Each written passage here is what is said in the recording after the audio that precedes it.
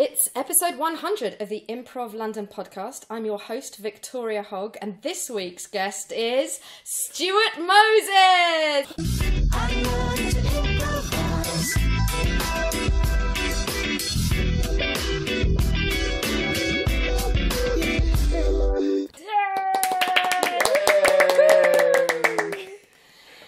I'm so thrilled and honoured to be interviewing you, Stuart, because you're a bit of a legend on the UK improv podcast scene.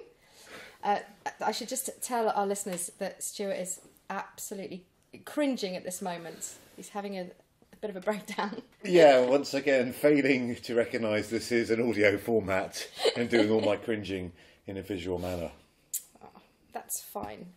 We'll just flag it up as you go. We also have parenthetical and 1/7 of Duck Duck Goose, Brendan Way. Yay! Hello. So this is an auspicious occasion, recording of the 100th Improv London podcast. How are you feeling? I'm feeling good. Going to need a bit more, Stuart. We are going to need a bit more than that.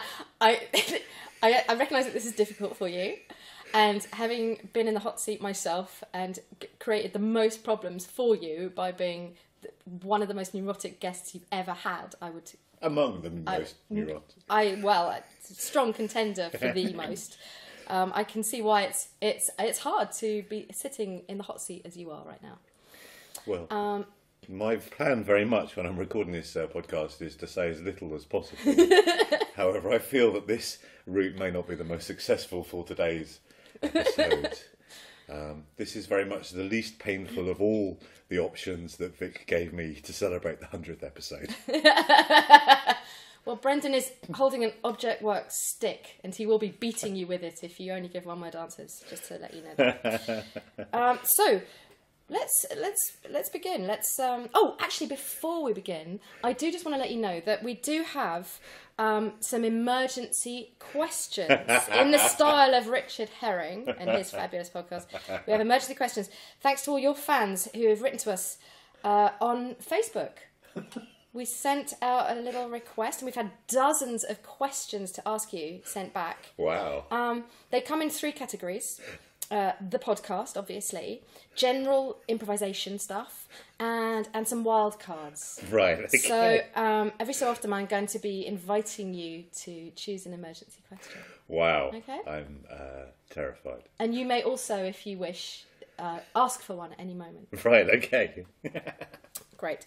So if you wouldn't mind, just tell us from the off, what started you on your improv journey?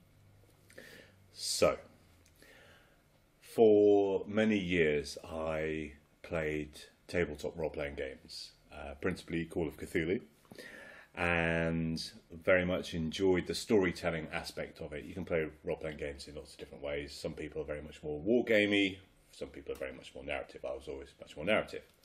And my friend Peter Ty was always fantastic at creating detail in the moment.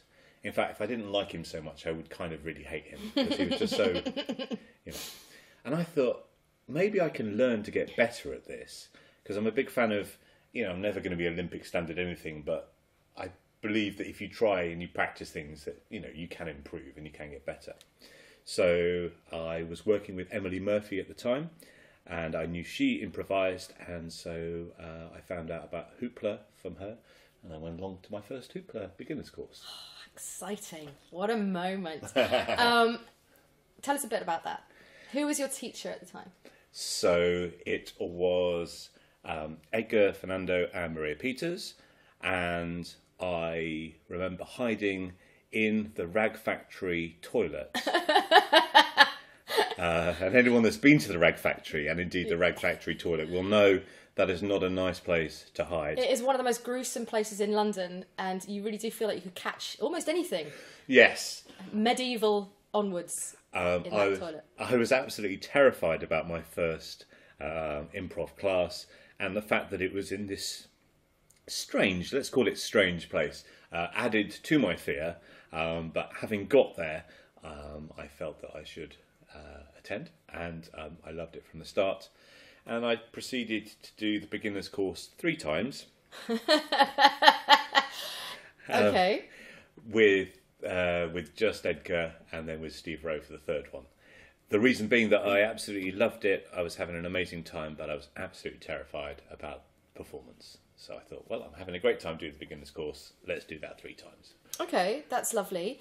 Because at that stage, was there the secondary course, which was the performance course? So your natural journey would have been to go onto the performance course next, but that you just couldn't bear the thought of actually getting on stage. No, is that? That's very much the case. Okay, great. And when was that? Kind of roughly which year or? That was about 4 or 5 years ago. Okay, fantastic. And tell us what you've done since then.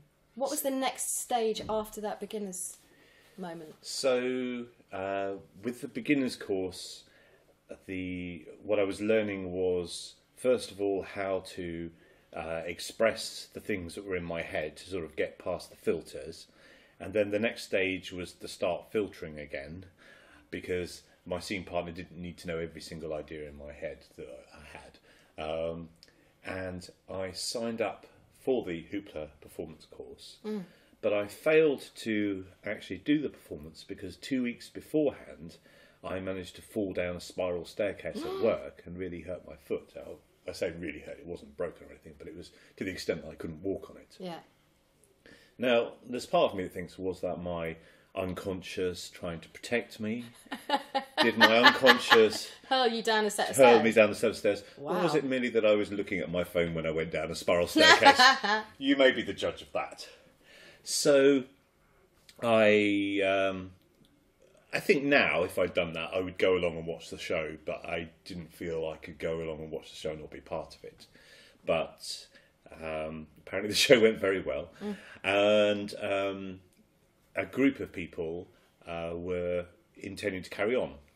Kit Proudfoot in particular mentioned that the show had maybe been lacking my energy, which was a really lovely thing for him to say. Absolutely. So during that show, they had performed a Saturday morning television programme, and that format was continued, and the Saturday mornings were formed, which was a short form group performing some games that I don't know if they invented before I got there, but I haven't seen anywhere else. Okay, amazing. Like, can you describe them? Yeah, so, well, the whole concept was, we were Saturday morning TV programmes, so we'd all run on, and we'd be all really keen, and we would play New Choice, but we would call it Remix, because we'd all be like, cool, and one of my favourite moments was running on going, hey kids, we're all really cool, we all love the pop music, we all love S Club 7, and we love the pop music.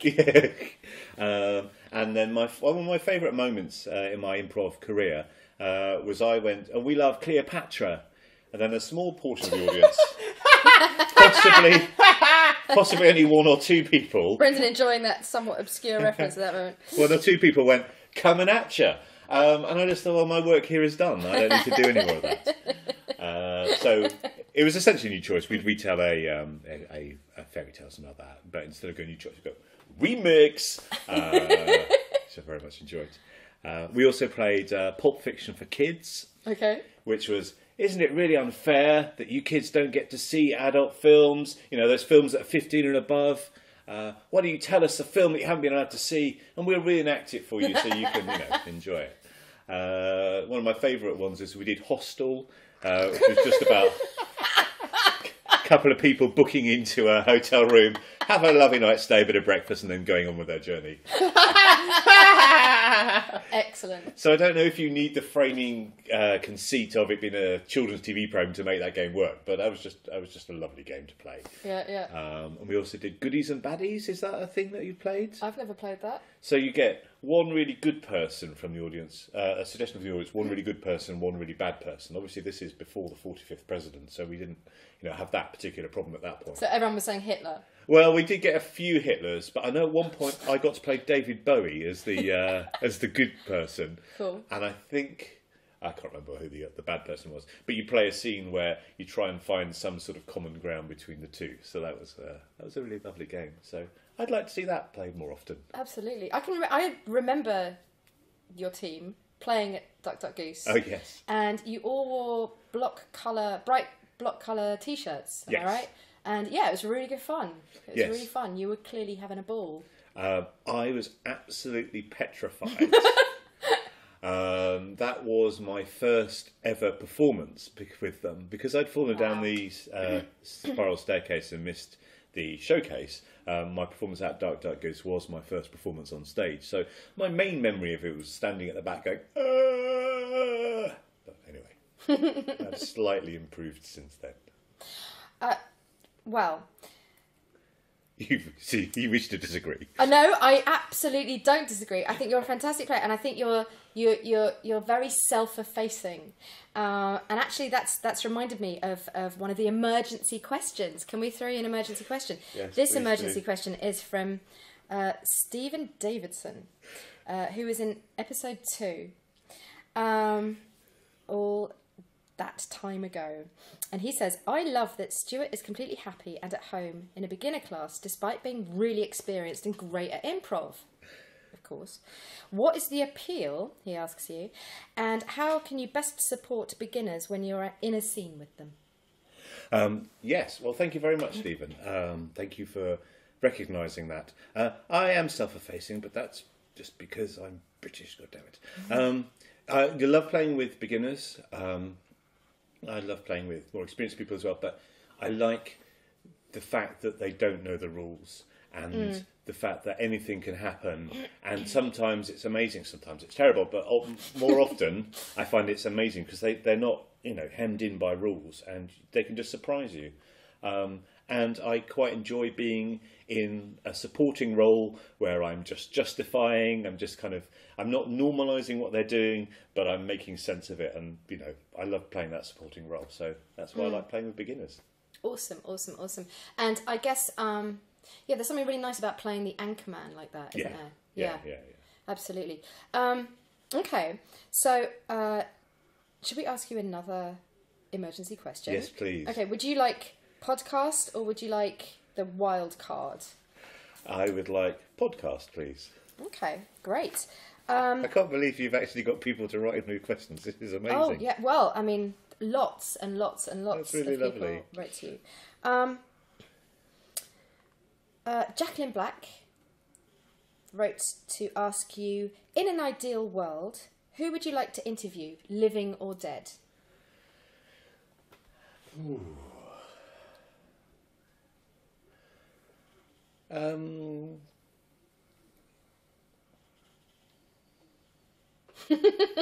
have my thinking face on. Yes, you do.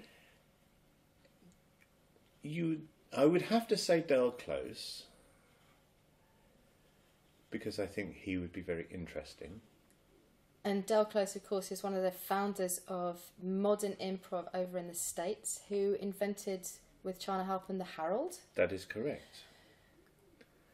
Good, yes. Just filling in for our listeners. Good information there. I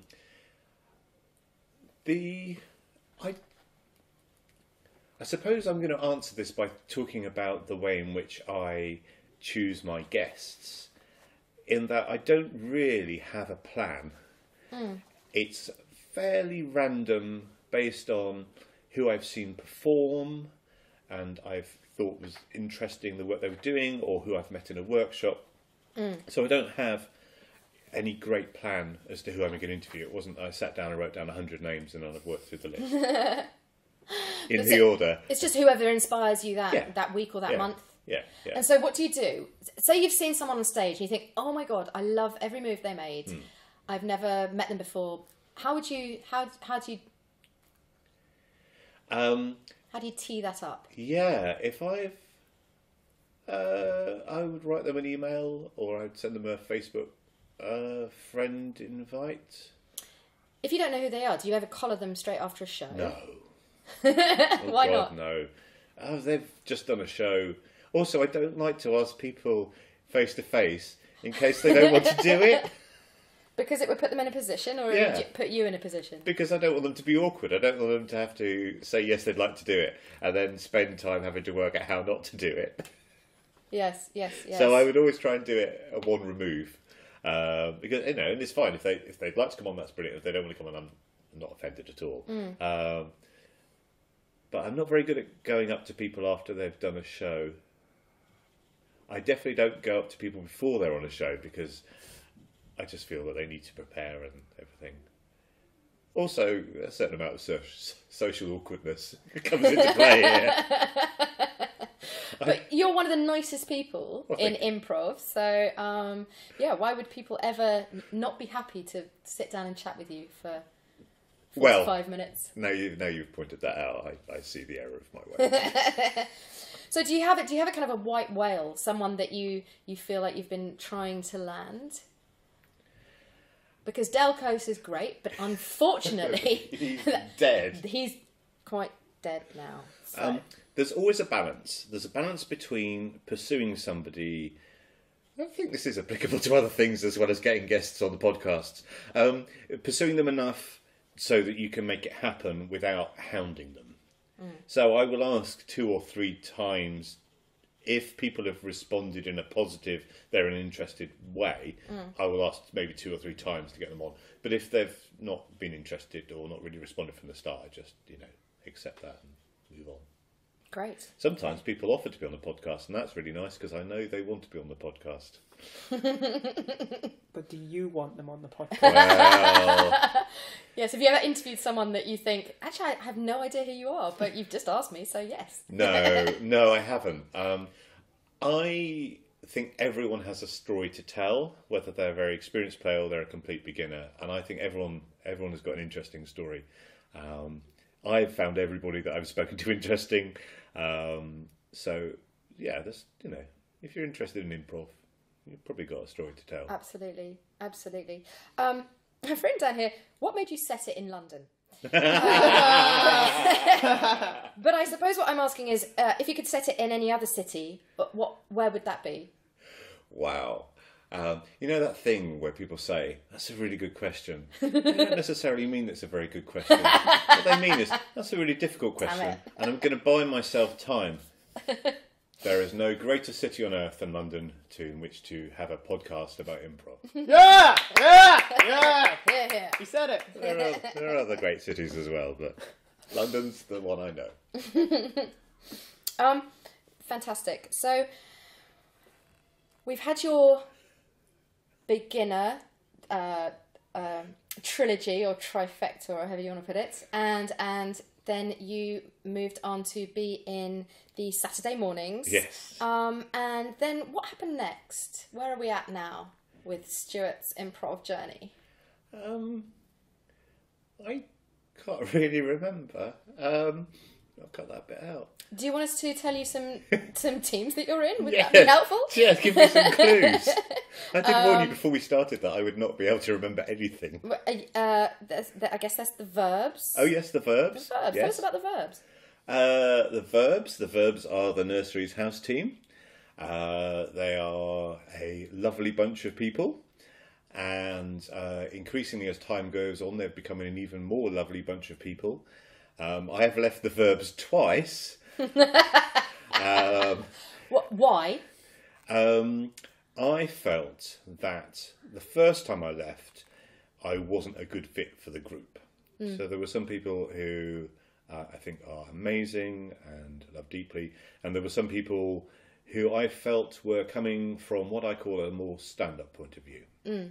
So a bit more gaggy, a bit more fast-paced, or sort of... Yeah, to the extent that if I was going to express emotional vulnerability on stage, which is pretty much what I do, I would be sold out for a cheap laugh, so I didn't feel comfortable. Fair enough, yes. So that's the reason I left the first time. The second time, I want more control. I want more control, and I want more stage time. And recently I've been getting more interested in doing duos, which gives me both control and more stage time. I'm a horrible person. No, you're not. You're a lovely person. But I do think that one gets to a certain point in one's improv journey where you You do want a little bit more meat on the bone, and you want to go deeper, I think. And so, yes, the way to do that is to spend more concentrated time and maybe have slightly longer sets and stuff. And I think that two-prov is a really good way of doing that. Yes. So we have an emergency question. Brendan has kindly just pointed one out to me. This is from a friend of mine, Sarah Heenan. Do you know Sarah? Yes, I do know Sarah. Fantastic. We have a mutual Facebook friend. This is great. And Hello, she Sarah. asks you, which member of Duran Duran would you most like to two-prov with? Simon Le Bon. No hesitation. My favourite member of Simon. But specifically Simon Le Bon between 1978 and 1984. So early poetic Simon. Sarah and I... Oh, Sarah, let's do this one day because it would be hilarious for us if not for everybody else. Once, when we were both in the Verbs, discussed the fact that we would like to do Duran-prov, but not just about Duran Duran in general, about Duran Duran in 1978, before Duran Duran actually formed, and my focus would be the time that Simon Le Bon spent on a kibbutz in 1978. I would watch that. Well, I appreciate that. I like to feel that even if you didn't know the deep cuts, I think it would still be kind of amazing. But if you did know it, it would be fantastic. It's a very niche audience, but sometimes I think it's really good to just go down to that niche. Absolutely. Drill deep. Well, since that isn't quite possible, could you tell us about your second choice of duo's partner, Bryn Salisbury? Could you talk to us a little bit about Dr. Two-prov and tell us how that started? And I would be more than happy to do so. Yeah. So I met Bryn when I was doing tech at the nursery, but I really got to know him when we did the Hoopla musicals course, which was taught by Maria Peters and Phil Lunn. And we did a particular exercise where we would take a character from the audience and we'd find out a bit about them, and then we would sing I think it was 3 songs from their lives. And Bryn was our volunteer, and I do think sometimes I'm a horrible person. I grabbed the Bryn role because I knew it would be central in this. yeah. And Bryn told us about how he was a big Star Trek fan, and it's all about him, moving away from Wales and all this sort of stuff. So I sang a song that I can't always remember songs that I've sung, but this chorus stuck with me, and once again, maybe this even tops the Cleopatra coming at you moment, if that's at all possible. So I think the chorus went something like, I want to kiss like Kirk, I want to fight like Kirk, I want to think like Picard, I want to be Cisco hard. And then the middle eight went, but maybe Janeway can take my pain away. And I think from that moment we were destined to have a science fiction based duo. Absolutely fantastic. It's very impressive. So what made you decide to be Dr. Two-prov, and is it purely Doctor Who based? I think the format is off that show rather than it being a wider sci-fi genre. Yes. Show, is that correct? So yes, so Bryn and I were talking, I think he suggested that we might do a duo group together, and I was very keen. And I think the same night we'd also been talking about Doctor Who and sharing our enthusiasm of Doctor Who, so it seemed a logical extension to improvise in the universe of Doctor Who. So the format doesn't, I was going to say it doesn't have to be Doctor Who. Okay. So the format is based on the short form game Scenes from a Hat, in that we ask the audience for suggestions of Doctor Who adventures they would like to see performed. We don't explicitly say they shouldn't be ones that already exist. I think people have kind of picked up on that instinctively. And if anyone does suggest we do Trial of the Time Lord, I'm more than happy to do that. But we are going to have to clear 3 or 4 hours to do that properly. So that's both a threat and a promise. Okay. And then it's both Scenes from a Hat, but it's also the living room. So we come on as 2 security guards, 2 night watchmen called John and Dave, who work on the Doctor Who's planet Gallifrey, and in the Matrix we have access. It's like with the Matrix you can watch anything that happens at any point in all of history, but we take breaks and we happen to watch Doctor Who. Excellent. And Bryn started the idea that we would have some sort of discussion or something like that, so that we would have a sort of a theme that we were talking about. So we come on, we have torches and everything. Come on, so if we have a blackout, we come on with torches. So we have a bit of a talk while we're making our way through the audience. Yes. And then Bryn pulls out his sonic screwdriver, and then magically the lights come up. We sit down, we have a bit of a chat, and then we have an issue that we've been interested in. And so then we take out the suggestions. So we talk about that for a bit, and then we say, oh, well, maybe there'll be something we can learn from an episode of Doctor Who. So then we'll pull out a suggestion, and then we'll go over to the other side of the stage, we'll act out some of that episode, and then we'll come back to sitting down and carrying on the discussion.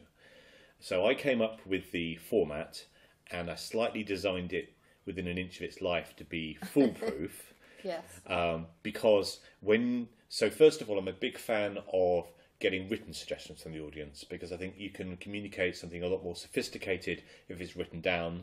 Also, you're not on the spot, I suppose, as an audience member. Yeah. And also, some people aren't confident shouting things out and things like that. So I'm a huge fan of getting anything written down. And the nice thing is, we ask for a title, an era, and a location. And the thing is, every time we read out the title, we get a laugh. It's a guaranteed laugh every time we read out the title. Yeah. And we have this thing where we'll generally say, because I play John and he plays Dave. Or is it the other way around? At one point, we were both called Dave for a while. And that's one of the few times. Generally, we're really on the same page, but that was the one time I did. I think that's the only note I've ever given Bryn. Is like, can we go back to being Dave and John? Because I think if we're both called Dave, that's an extra level of confusion. That it's not necessary. Yeah, we're already giving a sort of we're having to explain the concept a little bit. If we're both called Dave, I think that's an extra thing that people are worrying about. Yeah. So I go to Dave and I say, this is one of your very favourite episodes, and then we read out the title, and it's that usually gets a laugh. And the nice thing about the format is that we can go over to the other side of the stage and we can act out some of the episode, and if that goes well and we get big laughs, then that's fine. If it doesn't, when we go back to being the two night watchmen, we can then talk about the episode that we've just watched. Yes, that's fun. It's lovely being able to then comment on the thing that you've seen. And it's a little bit meta, but it's still part of the narrative. Because we've got the two different sides of the stage, we snap back into the reality of it really quickly. And when you say a little bit meta, do you say that in that you hope it's not too meta? I.e., do you not like meta? I love meta. Okay. But I'm going to quote Jules Munns here. Yes.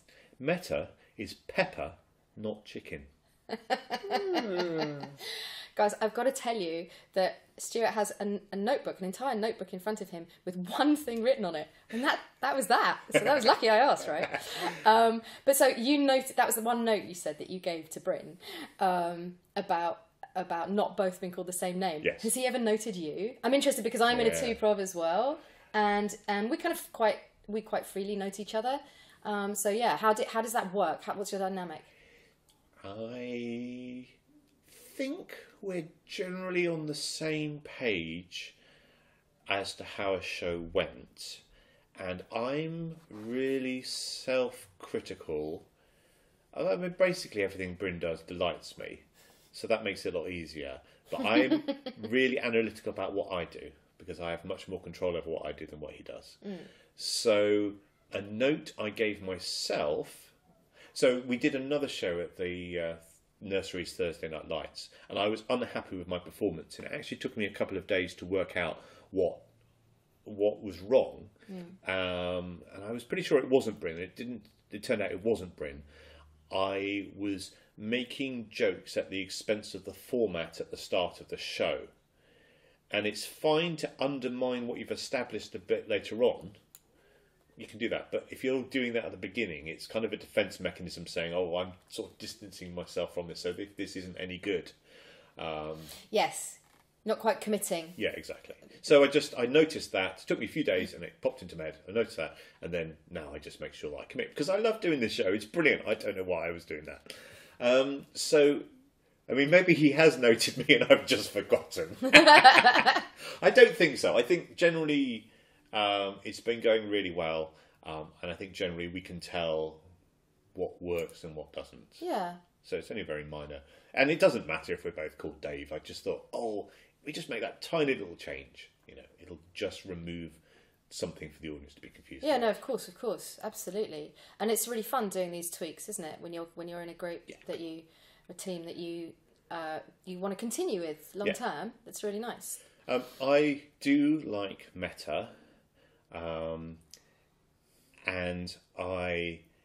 I'm aware I hadn't until Jules pointed it out. I don't want to lean on it too much. I'm really interested in interacting with the audience. That's something that very much excites me at the moment. I'm less interested in the fourth wall with Dr. Tupov anyway, because it's not a serious play. Maybe one day it will be. It's not a serious play, so the fact that we break the fourth wall is fine. I'm really interested in working with the audience, finding out what the audience delights the audience, and then doing more of that. And I'm also conscious of the audience. If it's an improv audience, then I'm aware that there are areas that I can go to that will be very funny, where if it was an audience of real people, I wouldn't do. We had a location, the Moon of I.O. Yes. I don't even know if that's how you pronounce it. One of the... Yeah. I think so. Yeah. And anyway, if it isn't, it's appropriate. Well, yeah. Because of I.O. and the But States. this is the whole thing, yeah. So that lended to an extended riff about I.O. In Chicago. And everyone found it hilarious because they were all improvisers. Yay. But, so yeah, I think Jules' comment about, pepper is great, not chicken. You don't want to do it all the time. It's a high-tax move. Yes, I agree. Okay, so we are going to we're going to give you another wild card. Okay. What is your favourite sandwich? This is from Jules Munns himself. What is your favourite sandwich? Once again, asking the tough questions. I mean, I noticed that when he interviewed Armando Diaz that this didn't come up on the podcast. I'm not saying that I am the UK equivalent of Armando Diaz, obviously. That's for other people to say. I mean, if you were to say that, I wouldn't disagree. Fair enough. Do you know what? I'm going to ask you this one as well. As well? Yeah, okay. Because you were taking too long on that one. We will never know, listeners. No, we will. I presume the next question is related to it. It's another food-related question. It's really not. Okay, let me answer Jules' question. Just commit. Vegetarian sausage sandwich. Ooh. Pretty on board with that. Delicious. I'm happy with the Mayo or ketchup? I'm ketchup. Ketchup man. Yeah. Okay. This is from James Witt. Hello, James. I feel I should say hello to everybody. Otherwise, yes, you should. Hello, James. Hello to everyone who knows me. Hello to everyone who knows me. Thank you, Mum and Dad. Do you remember which episode he was in? No. Number 28. Number 28. Sorry, James. Not that I don't remember which episode you were in. I don't remember what episode anyone was in, unless it's number 1, which was Steve Rowe. I can remember. Or 100, which is this. Which is this one, Which is yourself. So that's fine. James asks, if you could play the Doctor in a remake of a classic story, which one would you choose and why? I'd want to redo the movie, the Paul McGann movie, and I would want to rewrite the plot, but I thought McGann was perfect in the role and I loved him, and I want to explore that timeline. Yes, without hesitation. That's Paul McGann. Okay, fantastic. I know who Paul McGann is. I'm afraid I am not a Whovian. That's very much. So I can't ask you an intelligent next question. And, Brendan, is this your area of expertise as well? Oh no, I only watch the modern stuff. Okay. All right. Well, very much the Eighth Doctor, I feel, was the template for modern Doctor Who. And it's the bridge between the old and the new. And when he came back in The Night of the Doctor, it was... I could spend a lot of time talking about Doctor Who. And my friend Peter, who was mentioned earlier, sent me a link saying, you might want to see this, and I was at work. And I started watching the webisode. And it started, and Paul McGann came on, And I had to pause the video and go and have a little bit of a cry in the toilets and then come back and watch the rest of it.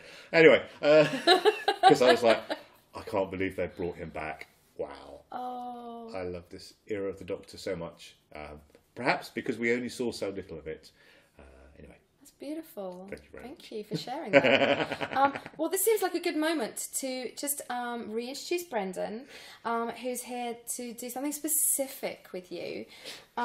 We thought it might be fun to have a kind of a Moses mastermind moment. Oh, God.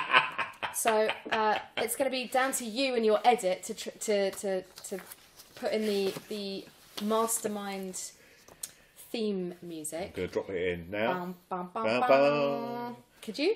Bam, bam. Exactly. Remix. So I'm going to hand over to Brendan Brendanson to introduce the next section.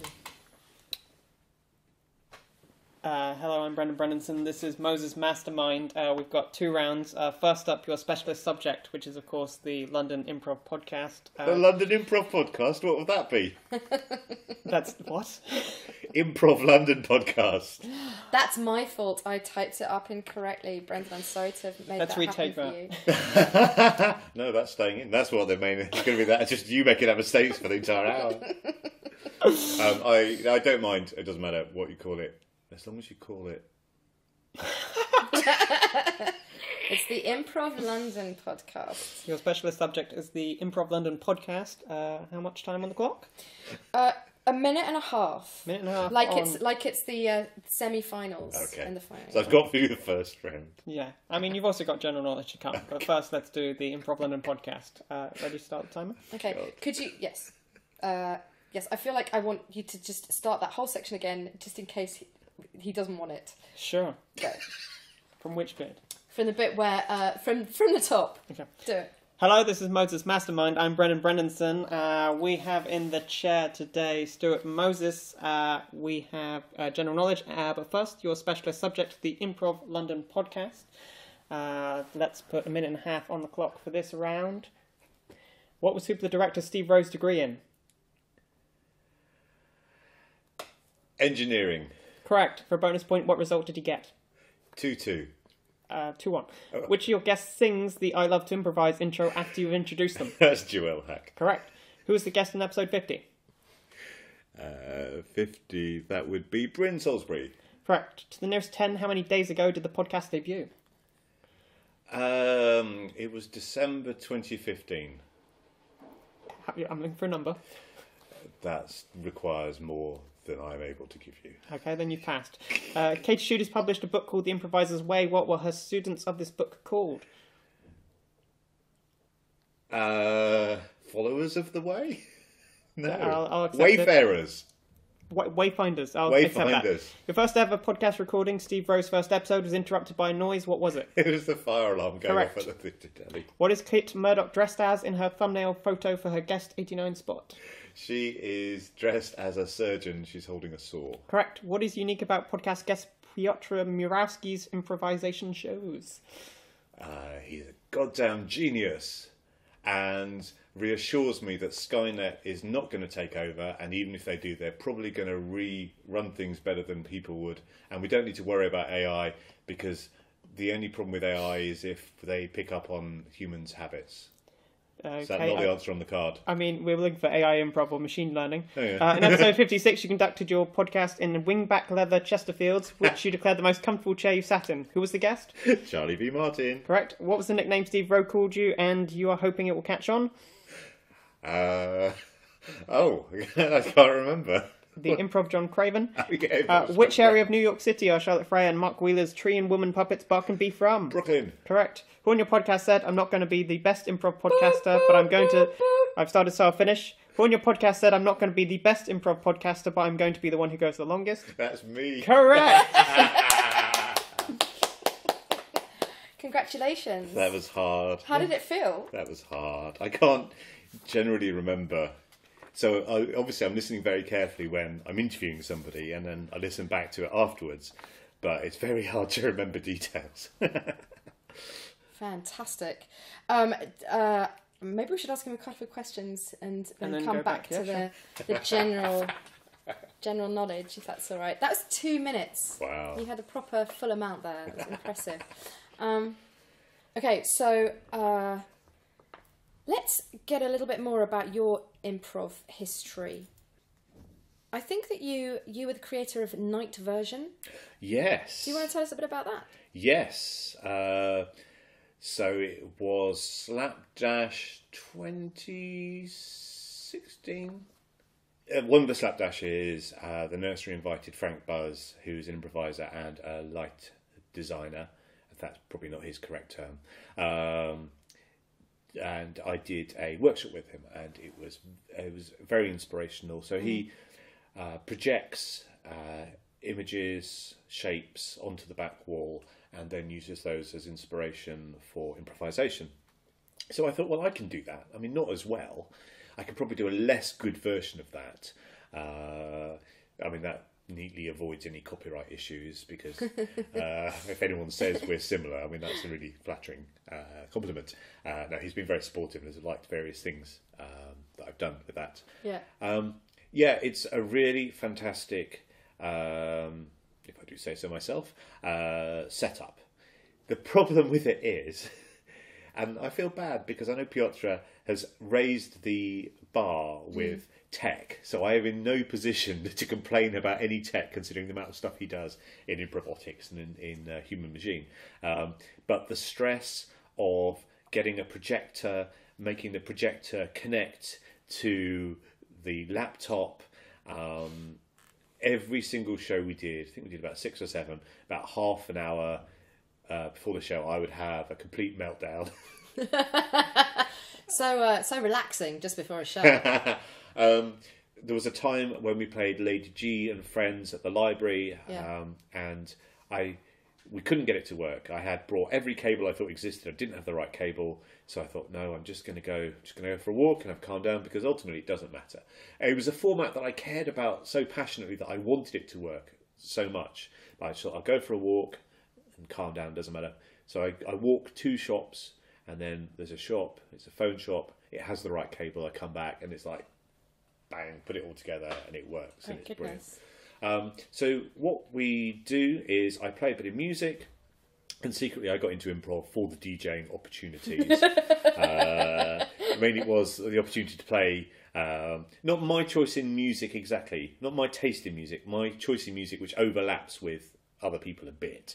So I play some music, the back wall would be black, and then a projection would come up. So people would sometimes take it literally and use it as a background. Sometimes it was a more obscure image, and they would use it as inspiration. And then we'd have a scene, and then I'd black it out, and then we'd have another scene. And I ran it as a jam a couple of times that night at Lady G's. I ran it as a jam, and I had a picture which was underneath a pier. So we had a couple of people performing a 2-person scene underneath the pier, and then everybody else that was in the jam came on as this huge wave that just came over and, swept over them and swept them away, and it was just a beautiful moment. And I was thinking, I'm not sure we would have had that if we'd not had that particular stimulus. I also ran it at the Hoopla Marathon, and it was and the first one of which was last year, I think. Yes. So great. Yeah. And it felt a sort of an edgy moment that this could all collapse and fall into chaos and not work. So I think we had about 14 people on the stage at the same time, but it all worked. Everyone worked together really well, and it was just really, really exciting. If it wasn't for the amount of stress that goes into setting it all up, getting it to work in different situations, I'd love to do more of it. So it's purely a tech thing that makes it kind of problematic. But when the tech works, it's really rewarding. Yes. Yeah. And it has worked every time, but just a lot of stress getting there. So, it's something I'd like to revisit. Maybe when I make, all the millions I make from the Improv London podcast, I could, plough a few £1,000 back into buying my own equipment so I could have my own projector. If I had everything, then I could just set it up rather than relying on the venues and things like that. I'd like to return to that or something similar to it at one point. But because you love the tech aspect of this when it works, yes. Yeah. Yeah. I love the fact that it takes you to different places. It inspires people to do different things than they might normally do. And I like that theatrical kind of, the use of light and the use of sound and, making it more of a sort of theatrical, magical experience. Right. Well, I mean, this is exciting for you in that case then, because we have the Nursery Theatre and we have Hoopla upstairs at the Miller now, who both are dedicated improv theatres. And so do you run tech for them in that capacity as well, ever? I think you've done that a bit for Hoopla, have you? Yes. I've done that. Yes, I've done many launch pads. You see, I'm not always comfortable in a social situation. I like to have a defined role of an evening. Yes. A defined role, such as recording a podcast, I'm very much more comfortable than I would be. I think I'd be fine having a conversation with you two, because I know you both reasonably well. But having an established role, I really like. So doing the tech, I have a place to sit. I have a good view of the audience and the stage. And also I can contribute to the show, but it's not quite as stressful as actually being in the show. So I really enjoy that. And also I get to play my music beforehand, which is a very important part for me. When you say your music, do you mean stuff that you've written or tunes that you like? Wow. No, I wish that were the case. No, no, this is just songs I've selected. Oh, no. Okay, because totally give me an idea. Yeah, do it. Why not? Because for DDG, I'm usually the person who plays their playlists before the show and during the interval, and then sticks on a tune straight after the show is finished. Yeah. I have my go-tos. What are yours? What's your favourite tunes? What do you know warms up an audience better than anything? Well, the delightful thing is that it's unlike being a real DJ. If you're a real DJ and no one's dancing, then essentially you've failed. Yeah. If anyone's dancing while you're playing the music before an improv show, you've won. But even if no one's dancing, then it's still fine. So I always try and play stuff that... Generally, there's a lot of 90s stuff. There's a lot of Backstreet Boys. There's a lot of the Some S Club. I'm trying to create a fun party Hoopla atmosphere. Excellent. Good. Okay. What would you prefer? Would you prefer to have your general round for your Moses Mastermind, or would you like to have another emergency question? Let's have the general knowledge round, please. Excellent. I presume you'll be queuing in the theme tune. Yeah, I'm going to cue it in now. Great.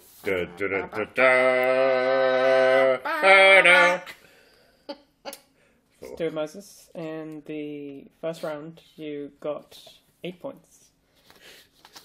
You were the only contestant, so there's no score to beat. But here is the general knowledge round. Do we have the clock? Yes, we have the clock. That's wrong. Let's count down. And that's the end. Oh, sorry. You answered no questions in the general knowledge round. Just like that. Time flies. I'm going to say, on your marks, get set, go. Who calls himself the improv journeyman? Improv journeyman Mark Tyndall. What was the original name of C3? C36974X. C3467X, and Mark Tyndall was correct. The Nursery Theatre runs its operations in 2 locations. Which areas are they based in London? So one is in London Bridge and one is in Broadgate. Correct. What did the initial CF stand for when naming a East London improv training collective founded by Canadian native Alan Marriott? CF. You're allowed to pass. Pass. Crunchy Frog. Oh. Who holds Keith Johnston's theatre sports licence in London? An improviser who's moved back here from Dubai? Faye Bran. Correct. Which improv school and theatre did Amy Poehler and Tina Fey meet? Second City. Correct. What is the name of the international improv network that Paul Z. Jackson founded? Is that the Improvisation Network? Applied Improvisation. Sorry, Paul. Which weekly London Improv Jam is named after birds, and for an extra point, name the pub that it runs out of? Never heard of it. Okay. Dada Goose, the Episocial. Name one founder member of Showstopper the Improvised Musical. Adam McGeedo. Correct. Which Chicago-style improv school is closest to Haggerston in East London? That would be the Free Association. Correct. Colleen Doyle and Jason Schatz are IO teachers who've played in London a few times as a duo. What is their 2 prov name? Dummy. Correct. When performing in a duo, which opening or gets does US player David Rosowski most often employ? He gets chairs and puts chairs down. Correct. Is that it? UKA player Cariad Lloyd has a podcast. UKA player Cariad Lloyd also has a podcast, but it isn't about improvisation. What is the subject matter? It's the Grief Cast. Correct. The BIT Improv Theatre is based in which UK city? Bristol. And for an extra point, what did the building used to be? A bank. A Polish ex-servicemen's club. That was going to be my second choice. What is unique about improvisation format invented by Chicago? I'll start it so I finish. What is unique about the improvisation format invented by Chicago improviser Joe Bill called the Bat? It's done in the dark. Correct. Yeah. Wow. Sorry, Crunchy Frog. Crunchy Frog's a brilliant resource. I use that website a lot. I feel really embarrassed that I didn't get that. Oh, don't worry. Alan won't mind. I'm not that important to him. Fantastic. Thank you. While Brendan just tots up your scores there, 'Cause that's- crucial scores, I'm going to give you an emergency question. This one is from Katie Shoot. And Hello, Katie. She asks, can you list your desert island disc shows?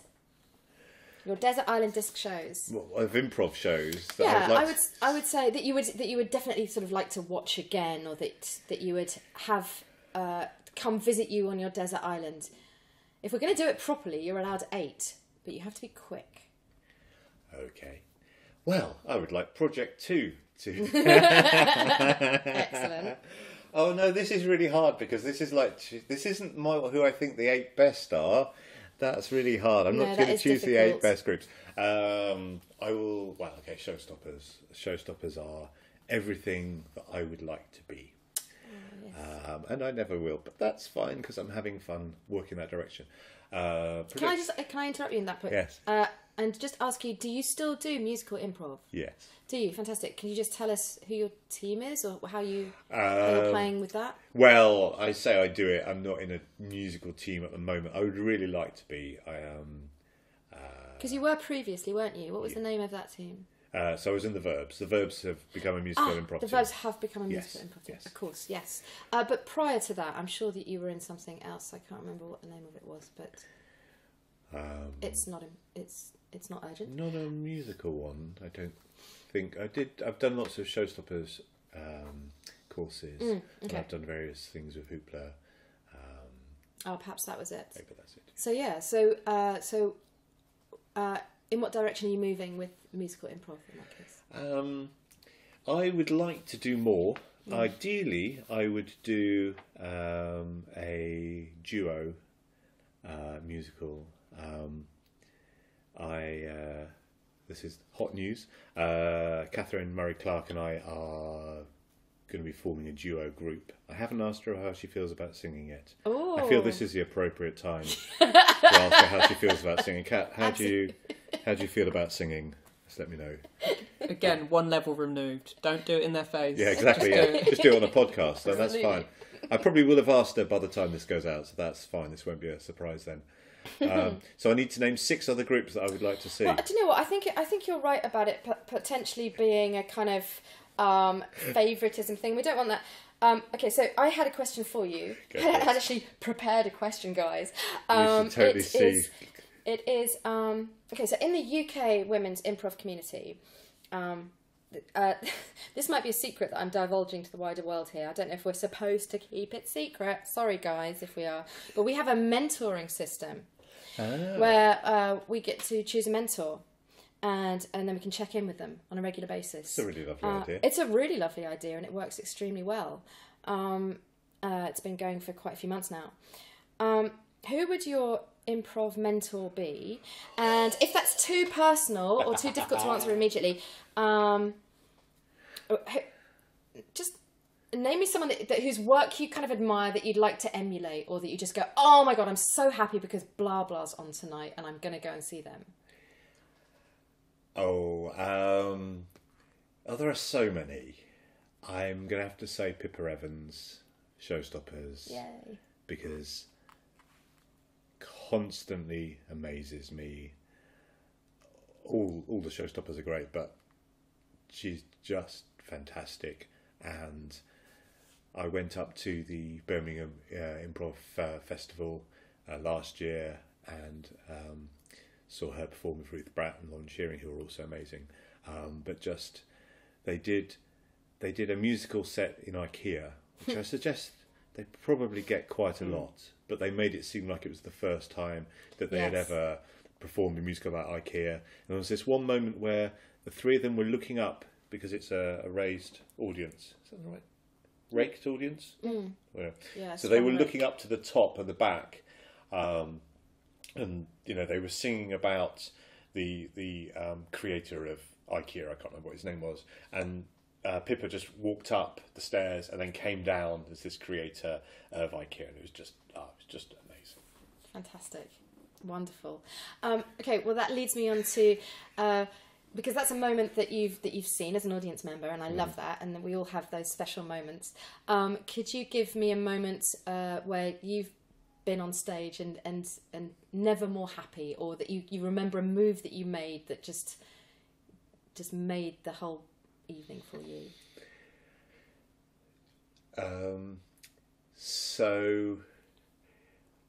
I mean, there's just so many to choose from. None of which are really coming to mind. No, there's been lots. When I did a Showstoppers showcase, we had 3 options. One was going to be the moon, one was going to be the White House, and one was going to be the Great British Bake Off.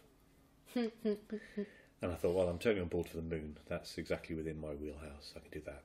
I don't want to do the White House at any point, but especially not now. Bake Off would be all right. Yeah. Never watched it, but sort of absorbed it through cultural osmosis. Anyway, we got Bake Off as the suggestion, and I led the chorus during the opening number. But then there were about 2 or 3 scenes in which I wasn't in. Just the way these things happened, and I thought, oh, well, maybe I'm not really going to be in this. That'd be sad, but fine. And then Andrew Pugsley brought me on as the antagonist, as the evil Paul Hollywood character. And I don't even know what he's like, but I imagined him a bit more like Simon Cowell. And so they basically sang this whole song about me, and I just got to walk up and down the stage looking mean. Excellent. And a lot of that show was me just being really horrible to people, which is not my default move. It's not my signature move, either in real life or in improvisation. So that was a really delightful thing to do. And I got to sing an origin song of why it ended up that way. Oh, interesting. So I got to sing a song about how my mum only used to make me a cake on my birthday, and then on my 12th birthday she left and never came back. That's excellent. And it was really nice because I got to sing a kind of a softer song. Sometimes I neglect that side. And it worked within the format of the story. So it was one of my favourite moments. Fantastic.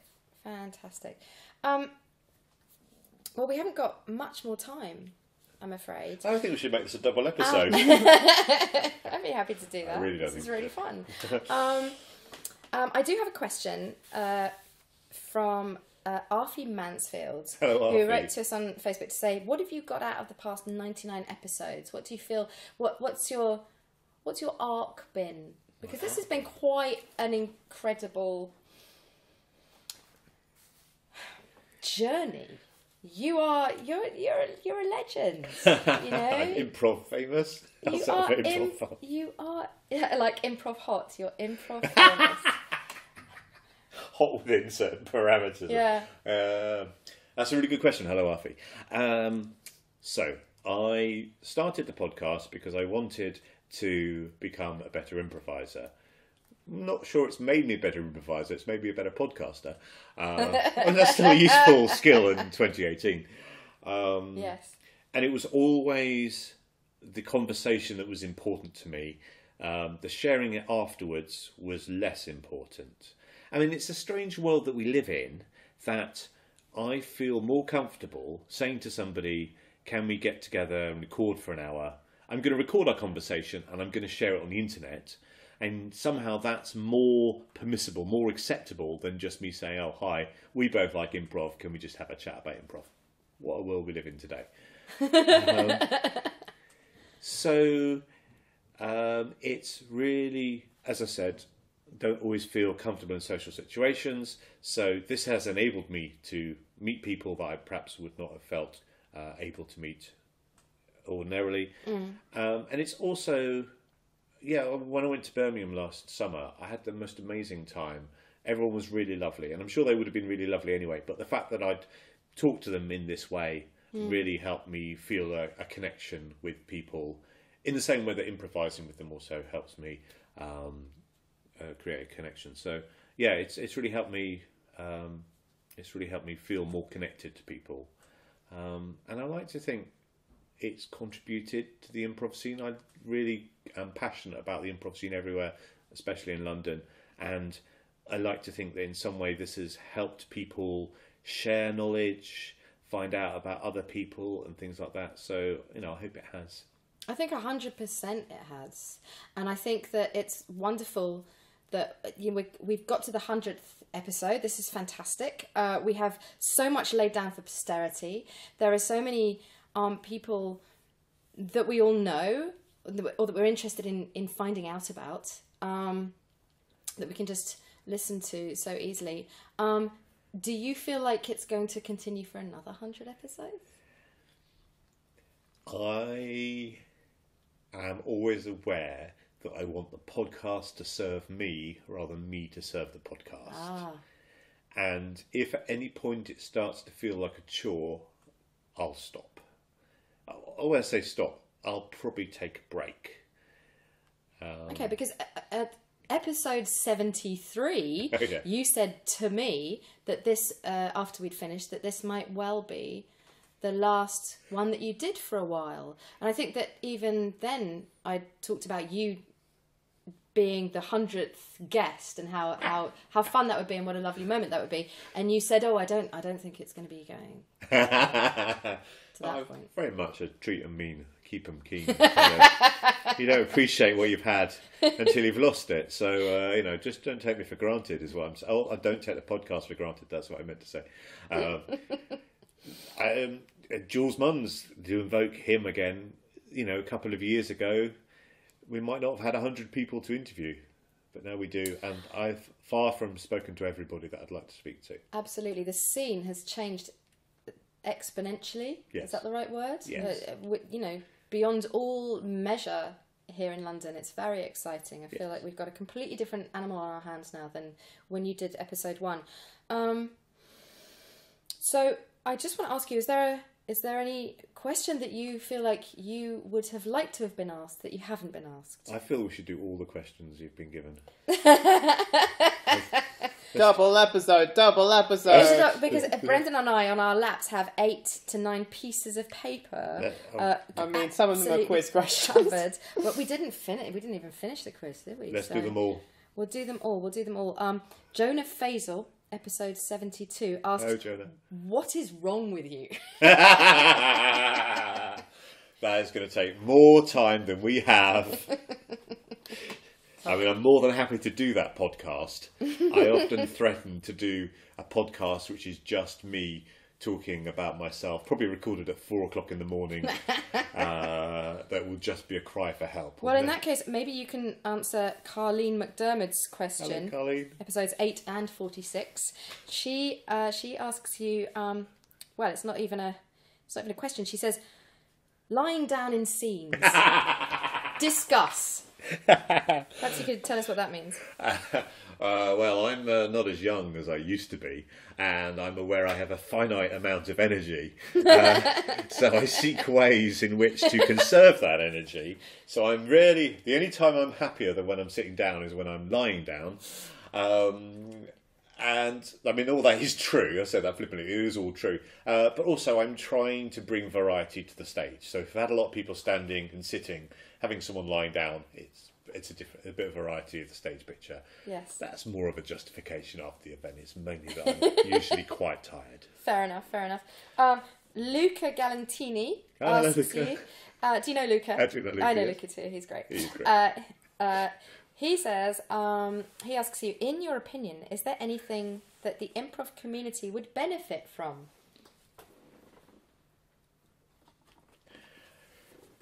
Yes, greater audiences, both in size and in quantity.